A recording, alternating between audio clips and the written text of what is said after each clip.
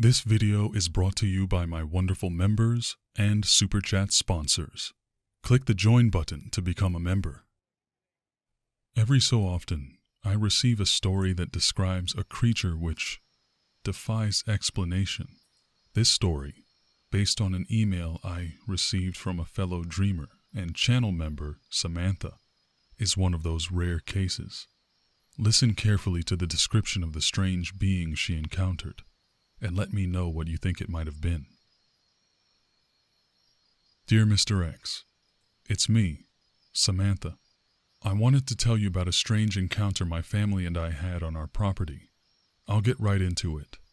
Honestly, if my husband and children weren't there to witness what I saw, I would have thought myself crazy, possibly even delusional.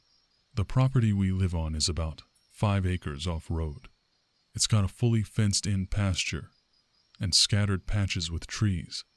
There's a barn and shed behind the house, which face one another, with a few meters between them. Other pastures go out at least 20 acres or so, mostly grazing lands and a couple of ponds. The area is also fenced in pretty well. We get all kinds of wildlife out there roaming the plains, so no one thought too much of it when we returned home one night and noticed a pair of bright eye reflections in the headlights of my car. My daughter jokingly said, "Wow, that's a tall cow." I asked, "Where?" She pointed over towards the fence by the barn. I turned around to look, and I didn't see anything at the eye level I was expecting to find this tall cow. When I looked upward, though, I saw a pair of sharp, yellowish-orange eye shines. For some reason, my stomach tightened into a knot. My pulse sped up, and I immediately knew that what I was looking at was not one of our cows. In fact, as I surveyed the pasture, I couldn't see any cows, and not even our bull was that tall. I tried to justify it, thinking that maybe if the bull was standing on his hind legs, he would be near that height. But I had seen his eye shine several times. It's not normally that color. This was just not our bull. I searched around the eyes to see if I could make out an outline or anything to suggest what I was looking at. There was nothing there other than the eyes. The knot in my stomach got a bit tighter. I told my children to stay inside the SUV and grabbed the only thing I had in the back, just in case I needed to protect us. I'd been carrying a machete in the car for a while because, funny enough, we'd recently gone camping and I never put it away. When I saw my husband coming toward us down the driveway, still dressed in his police uniform, I decided to quickly check on the young calf we were keeping inside the barn to make sure she was okay. I would hate to have some predator hurting her while she's essentially locked inside there. I intentionally slowed down my pace though, sort of hoping my husband would make it over to me in time to help me check the barn, so I wouldn't have to do it by myself. Smart lady. I looked over to the glowing eyes to make sure that whatever it was still there. The knot in my stomach did a turn when I noticed the eyes were now bobbing up and down, like the creature was ducking its head. The eyes never blinked. As I got closer to the barn, I got a better sense of how impossibly tall it was, at least 8 or 9 feet from what I could tell. There were no trees nearby, and it was not sitting on top of the barn. For some reason, the thing didn't seem to be that tall. Maybe it was the spacing between the eyes, I'm not sure. I also didn't think it was flying because I couldn't hear any flapping noises or anything like that. Seconds later, I heard my husband's footsteps approaching. Just as I was about to turn to say something to him, I heard a rustling noise, followed by a gunshot that rang out into the evening air. I quickly looked back to where the eyes were, and they were suddenly near the barn roof. My husband ran up to me with his gun drawn, pointed high in the direction of the barn. "What the hell is that?" he asked, trying to whisper as though the thing might not have noticed us after the shot. His voice was ragged from a sudden rush of adrenaline, no doubt. I shrugged, still walking slowly toward the barn, listening for the calf or its mother, feeling much safer with my husband at my side. We heard heavy thumps and scratching along the tin roof, as if something was scrambling to get away. My husband had his tactical weapon light trained on the edge of the roof. It got unusually quiet. So quiet, I could hear my heart pounding in my ears. We both stopped and listened, straining to hear. When I saw it, a hot sensation of fear washed over me. It was the feeling of facing down a predator, a threat. A pale, round head peered over the edge of the roof. Its eyes were shadowed, but the shine still glowed through, yellow-orange in color. The eyes appeared to be the size of golf balls at least. At that point, it was about 20 feet above us. I could see that the creature, or whatever it was hairless. No fur or feathers, just a pale, sickly gray skin. I tried to make sense of its appearance. There were no ears on the sides or top of its head. It wasn't human, and it didn't seem like any animal I'd ever seen or heard of. I realized I was squeezing the handle of the machete so hard my hands began to lock up and cramp. My husband raised his firing hand for another shot, and for some reason I whispered, "Don't." "What?" he protested. "Fire at the ground," I whispered. "Don't shoot at it." Before he fired again, the thing disappeared back over the edge of the barn roof. It was so fast I could barely see it move. The next instant, we heard the tin roof buckle under a heavy footfall, and then a faint rustle in the bushes. After a moment, we went inside and checked on the calf. The mother was gone, but we found the calf cowering in the back of the barn, its eyes wide and shivering. It was bawling loudly, probably scared by the gunshots. Maybe scared by whatever was lurking on the roof as well. Who knows? That's about all I remember of the event. I can't tell you exactly why I insisted my husband not shoot at it. It clearly scared me and didn't seem like a natural living creature. The more I thought about it, I tried to talk myself into believing it was maybe an owl or something like that. But from what I saw, it couldn't have been a bird. I didn't see a nose or beak. But then again, it also didn't peek all the way over the edge either. Not to mention, I couldn't imagine an owl being that massive. Because no animal I know of seemed to fit this description, my mind resorted to the world of cryptids. I simply can't think of any other explanation. The next day, my husband and I checked the area for footprints. My husband said he saw strange markings, but nothing he would call a print. There was a broken log which may have been what the creature landed on. To this day, I still rack my brain about what it was. I've read myths, legends, listened to other sightings, but I honestly don't know what to say it could be.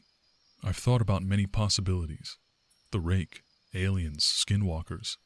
Nothing seems to fit exactly. I cringe every time I think back to the sight of it.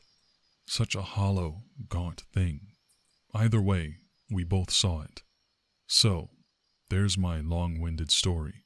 I would love to hear your opinion and that of my fellow dreamers, should you choose to share the story with them. Thanks for listening. Respectfully, Samantha. Alright, my friends, a very interesting story, so what I'm going to do is get into a few of my thoughts. Don't have too much to say because this is a very unique, possibly first of its kind situation here. What's happening right now is that I'm reading this story live on a live stream, and Samantha is among the listeners, and people are actually asking Samantha questions, and she's answering them. So what I'm probably going to do is examine and explore a few of those comments and those little interactions. So let's try that and see how it goes. Remember, if you want a chance to have your question or comment or commentary show up in a future video, or the chance to sponsor a video with a super chat donation, make sure you turn on notifications and follow me on my Twitter, Discord, and everything else so that you can catch the live reading and discussion. It's always a great time and we'd love to have you over there. So here we go. So, first of all, I have to say, as seems to be custom with a lot of these unknown, mysterious, unclassifiable cryptids, everybody's pretty much stumped as to what it is. In the comments, I've been looking through the live chat and the interactions that everybody's having with Samantha. So a few guesses flying around back and forth. skinwalker, dogman, things like that, but nobody's really sure. Hope Lee says, "Wow, Samantha, that's surely an experience. Thank goodness you made it out safely." One of the things Samantha said in the comments was that the way that it was looking at them gave her this feeling that if they did try to shoot at it, it would be bad. Like it would end up bad for them. So that's definitely good. We're all glad that even though it's a little counterintuitive, you have a gun and there's some weird creature in front of you staring at you, possibly stalking. You would think most cases you'd want to use it, but sometimes a little counterintuitively, we have to listen to our gut. Makes total sense. In the aftermath, might not make sense at the time, and it might not make sense to an outsider. But if you're getting that gut feeling, you're the one who's getting the feeling. Definitely good to try to listen to that and hone in on it when you can, because you might get that feeling and not listen to it and be really regretting that you took that choice, that course of action. Mary C said, "It makes me think of the Flatwoods monster with those eye descriptions." So now, I took the liberty of going in and looking up the Flatwoods monster, and I am not liking the image I'm seeing. It seems to be a gray, possibly even metallic looking being, very mechanical in nature. It's got this big head that is very round, similar to what Samantha described, but it's actually probably a little bit bigger than what I imagine she was trying to convey. And it's almost got this blade, it looks like a buzzsaw for a head, with glowing red eyes, which are also different from the description of the yellow orangish eyes that Sam saw. And for another thing, the Flatwoods monster supposedly has been sighted in West Virginia, and I believe Samantha said that she is in another state. So I'd like to think it's not a relative or cousin of the Flatwoods monster or something similar, but who am I to say? Who knows? Samantha did say the eyes were very unnerving. She said the SUV was left running, so she figures that's where the eye shine was coming. That was the source of the eye shine. Mary C. also said that it looks like it could have been an alien, but the story mentioning the eyes being really bright is not really typical of alien sightings. Yeah, and like I said, we're all pretty stumped. Sleepy said, "I'm unsettled by that encounter, and I'm not even the one who experienced it. Have you seen it since? The feeling you got sounds like intuition, like when we encounter a dangerous human or animal." Yeah, I would definitely agree. That's